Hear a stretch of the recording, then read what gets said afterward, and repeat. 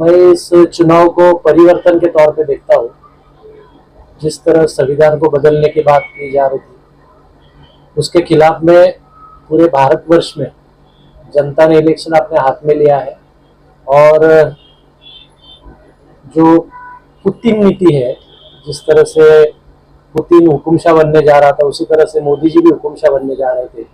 लेकिन यहाँ के सभी जाति, सभी धर्म के संविधान प्रेमी, लोकशाही प्रेमी जनता ने उनको रोका है। और वही बात भिवंडी लोकसभा मतदार संघ में हुई है कि यहाँ भी एक तानाशाह था जिसने बहुत सारी यंत्रणाओं का गलत इस्तेमाल कर कर लोगों को अपने अधिकारों से प्रभावित किया था। तो मुझे लगता है कि भिवंडी में एक तानाशाही का अंत हुआ है और सही मायने में सभी जाति, सभी धर्म, सभी वर्ग, सभी भाषा के जनता का ये विजय है। उन्होंने खुद इलेक्शन अपने हाथ में लिया था, क्योंकि जिस तरह का रवैया 2 बार खासदार रह चुके और मंत्री रह चुके उनका रहा है, उसको लोगों को बहुत ही तकलीफ थी।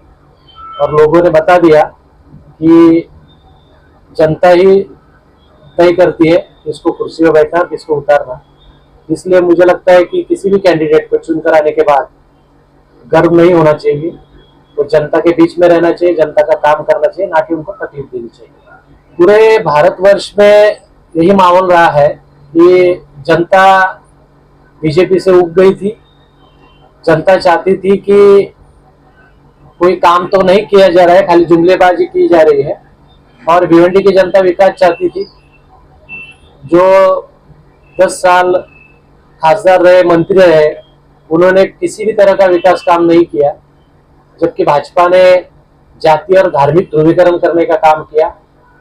तो उस वजह से लोग भिवंडी में, चाहे वो पानी की समस्या हो, चाहे वो एजुकेशन की समस्या हो, चाहे वो दवाखाने की समस्या हो, इन समस्याओं को लोगों को छुड़ाना था। और मंत्री होने के बावजूद भी ये समस्या नहीं छूट रही, तो इसको जनता ने ही एक तरह से जनता के मन में गुस्सा था और वो गुस्सा वोटों के जरिए आपको दिखाई दे रहा है कि उसमें बाले मामा जीत गए। तो मुझे लगता है कि सारा श्रेय जनता का है, किसी नेता को श्रेय लेने की जरूरत नहीं। अच्छा, ये एक बात और एक सवाल है कि भिवंडी से सबसे बड़ा समस्या मुद्दा अगर देखा जाए तो टोरेंट का मुद्दा है, और आप खुद टोरेंट विरोधी मंच पे खड़े थे और समर्थन में भी हैं। तो क्या लगता है कि ये समस्या का कुछ निवारण हो सकता है? टोरेंट की एग्रीमेंट 2027 तक है। हमने टोरेंट के खिलाफ में जन आंदोलन किया, लोगों ने उसको बहुत ही अच्छी तरह से सपोर्ट किया। यह आंदोलन 2027 तक या उसके पहले टोरेंट जाने के लिए जारी रहेगा।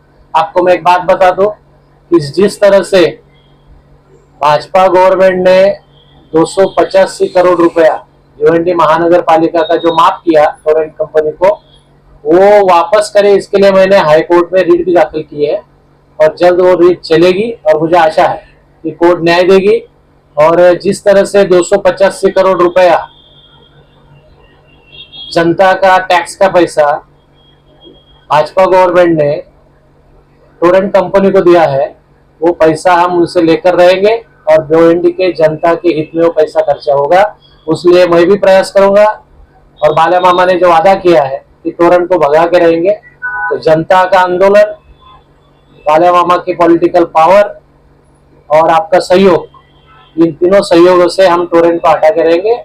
और सस्ती बिजली भिवंडी के जनता को, भिवंडी क्षेत्र की जनता को, ग्रामीण रहे या शहर रहे, सबको मिलनी चाहिए। इसके लिए हम आखिरी दम तक लड़ते रहेंगे। तो बाला मामा के प्रति जनता ने जो विश्वास जताया है और बाला मामा ने भी जनता से जो वादा किया है, मुझे आशा है कि आने वाले समय में इस लोकसभा क्षेत्र में सभी मुद्दों पर, सभी प्रश्नों को लेकर बाला मामा एक अच्छा काम करेंगे। और वो काम करने वाले इंसान है, इसलिए लोगों ने उनको चुनकर दिया है और एक मंत्री को हराया है। तो मुझे लगता है कि भिवंडी की जनता सजग है। भिवंडी की जनता अपने अधिकारों को लेना जानती है और जो अधिकार नहीं देता उनको कुर्सी से उतरना भी जानती है, भिवंडी की जनता ने दिखा दिया है। तो मुझे ये लगता है कि बाले मामा ने वादा किया है, बाले मामा पहले से काम करते हैं और आने वाले समय में जो जो उन्होंने वादे किए वो काम करेंगे और हम उनके साथ रहेंगे और वो काम करके लेंगे। और बाले मामा ने जिस तरह से एक मंत्री को हराया है, तो ये मुझे लगता है कि उनकी जीत ये केवल भिवंडी के स्तर पे नहीं देखी जाएगी। तो जब भी भिवंडी का इतिहास लिखा जाएगा राजनीतिक, तो बाले मामा का नाम पहले लिया जाएगा और बाले मामा का नाम लिए बगैर भिवंडी के राजनीतिक इतिहास लिखा नहीं जा सकता। उन्होंने बहुत बड़ा काम किया है। एक जो तानाशाह सब जनता को तकलीफ दे रहा था, उसको इस चुनाव में हराकर भिवंडी जनता को ही न्याय दिलाने का काम किया है। तो मैं बहुत सारी शुभकामनाएं बाले मामा को देता हूँ और आने वाले समय में वो अच्छा काम करेंगे, ऐसी सदिच्छा व्यक्त करता हूँ।